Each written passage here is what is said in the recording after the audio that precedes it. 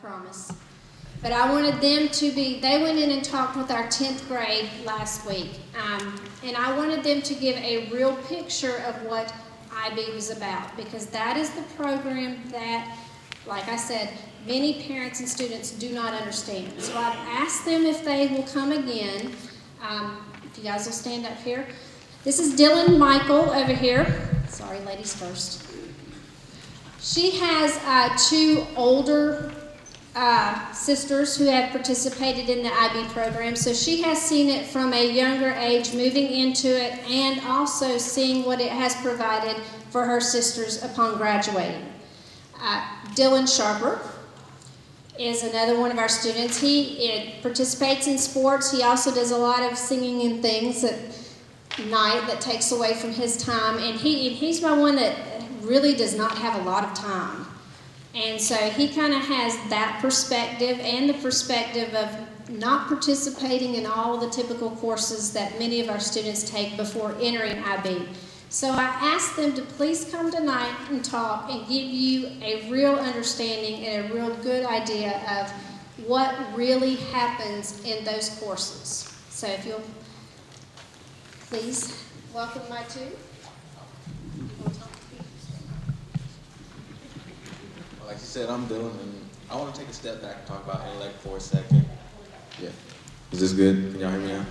Okay, I'll talk about intellect for a second because that's very important to me and to everybody out here, because like she said, you don't have to be the smartest person in the world to do IB, because I was the smartest person in the world. I actually, my 9th and 10th grade year, I did regular ed and honors classes, which is not probably the typical route for a kid who was trying to do IB. And so from that perspective, I would say that made me really believe that any kid that wants to do IB or wants to get any type of higher learning can do it from any area of learning that you're in, because it's not about, intellect and how smart you are, it's about how hard you work. And I've always been a hard worker in school, so for that, I would say that any kid out here who wants to do IB, because the common misconception is that IB is super hard or that you have to be a brainiac just to get through the program, but that's not true, because like I said, I did regular ed and honors classes, and then I just kind of jumped into IB because I remember my 10th grade year, actually, I had a physical science teacher named Dr. Dowler who she pulled me aside after I got my last exemption pass from sophomore year, and she told me that she saw potential in me, and she told me that you gotta want more for yourself, you're a hard worker and you're smart, because most of my physical science class, it was a regular ed class. Most of the time I was helping other kids do work instead of doing my own, because I'd already got done. So I was helping kids, and from that she saw that I had potential to be better, and so she told me that I had to want more for myself, and she knew that IB would give me that. So that time I took that time to assess myself, and that gave me motivation and gave me belief to know that I can do it myself. So that I could tell you that any kid in here can do IB if you wanted to. You just gotta work hard.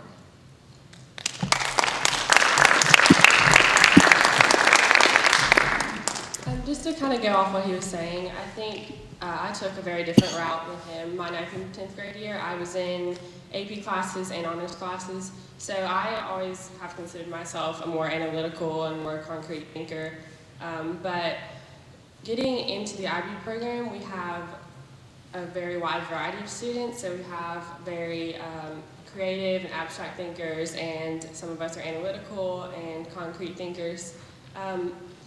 And the great thing about the IB program is that no matter what kind of learner or thinker you are, you can always integrate your own style of learning into the classroom. So even though IB, just like any other course, would have strict rubrics and learning standards, it's really allowed us all to kind of teach each other different ways to learn, and that also ties into one of my favorite things about the program is that the teachers and the students work so well together, mainly because the classroom sizes are so much smaller. Our class this year is 17 people, so my psychology class has the most students of any of my classes. That's only 15 people. So if a student is stronger in a more intimate setting, like with smaller classes, some classes may only have 7 people or 4 people. Like his math class has 4 people. So the students get a lot more one-on-one time with the teachers, which I think is really helpful, especially when you're doing all the projects and presentations and essays that we do. But to bounce off that, a great thing about it being a 2-year program, while it may sound kind of scary that you have to stay dedicated to this program for a whole 2 years, it's that all of the essays and the projects that we do are really spread out nicely, and they give you so many opportunities to succeed. So, I mean, it's not like an AP course when it's so stressful that one test is like all or nothing. You either pass it and get the credit or you don't. Like IB, if you are stronger maybe in one subject than another, you might do better on one test in one subject than another. You might do better on one internal assessment than another, but you still get the opportunity to ultimately get the diploma. Both of my sisters started college as sophomores. So when they started college, they had their core classes out of the way for the most part, and they could kind of just start doing whatever classes were more geared towards their career path. And like she said, guys, don't be afraid to do this program for parents and students, because I don't know how much you've heard about the program, but a lot of the misconceptions is that we don't have a social life or we don't get enough sleep at night and things like that. But it's not true, because like she said, I'm a very busy person. I play baseball. Sometimes I miss school because we have shows out of town and things like that. So, but I still have a social life. I have friends on the baseball team, and we're kind of secluded from the school because we have the same students in all of our classes, but we still have friends outside of school that we get to talk to and things like that. So we have social lives, and the only reason you lose sleep is if you procrastinate. And that was my biggest problem. Coming into junior year, I procrastinated like crazy because 9th and 10th grade, I didn't really have to do a lot of work because I always get it done early. So coming into junior year, I procrastinated a bunch. So I would find myself up at 4 a.m. Didn't go to sleep at all one time, or twice actually. But it was my fault because I would probably take a nap right after school and not wake up until midnight or something like that. So if you manage your time like she said, and you work hard and do things like that, you can do the program. And also, it just left me. I was going to say something. I have another story about because they say that IB is such a stressful program and you break down. And I think a lot of the sophomores said that they said we cry every night doing this homework or something like that, but it's not true. I will say I was stressed out. My junior year, we were working on our psych IAs, and we were working on chi-squared or something we had not learned yet. So I was freaking out because, for one, math is my weakest subject, and it was chi-squared or t-test, and I didn't know how to do either. So I walked into school one morning, like a Thursday morning, and Miss Thomason saw me. I'm usually like cheerful, joyful, all that, and I was down. I didn't say anything. I was just walking with my hood on, and she pulled me to the side. She's like, "Are you doing okay?" I said, "Yes, ma'am." And she's like, "No, you're not. What's going on with you?" And so I walked with her, and I was like, "I do not know what I'm doing on this psych IA. Like, this math is freaking me out because I've never seen it before. Like, it was Chinese to me." So she talked to me. She was like, "Is there anything I can help you with?" And she's a lit teacher, keep in mind, and she's trying to help me with a psych paper.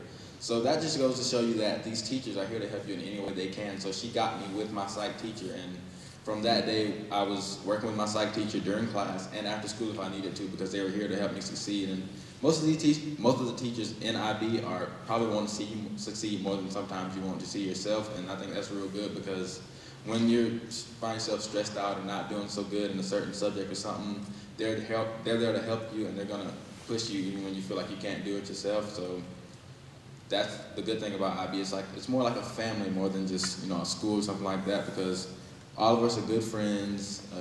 We fight like brothers and sisters sometimes, but we're all good friends. We help each other, and my motto is teamwork makes the dream work. So I'm down for study groups and all those things. We go to Starbucks some nights or Zaxby's or something like that, because I enjoy food and I enjoy my friends. So friends, food, and getting an education. I mean, that's the life.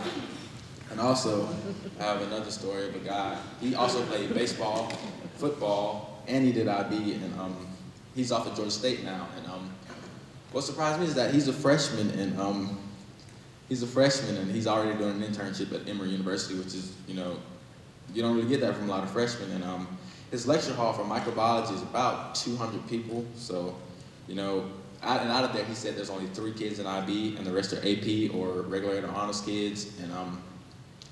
And he found himself getting some of the highest grades in that class because he learned how to write a paper and things like that. So there are kids in that class that offer him money to teach them how to write a paper, because in IB here, he learned how to write a paper because for different subjects, and you'll find this in college, for each subject you have to write a different way, and learning how to write that particular way, now he has the highest grade. I think he had a 3.6 GPA when he came down for Christmas break.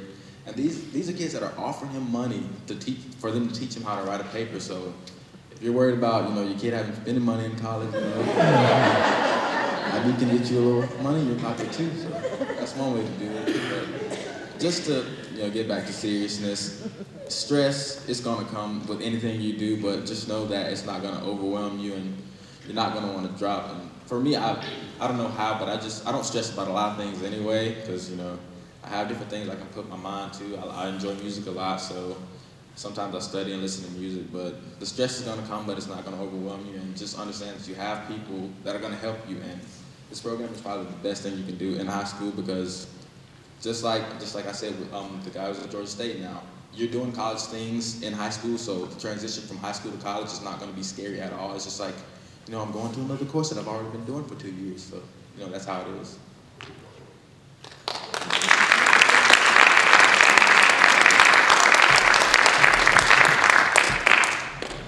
Okay, thank you. I appreciate your time. Are there any questions that you can think of?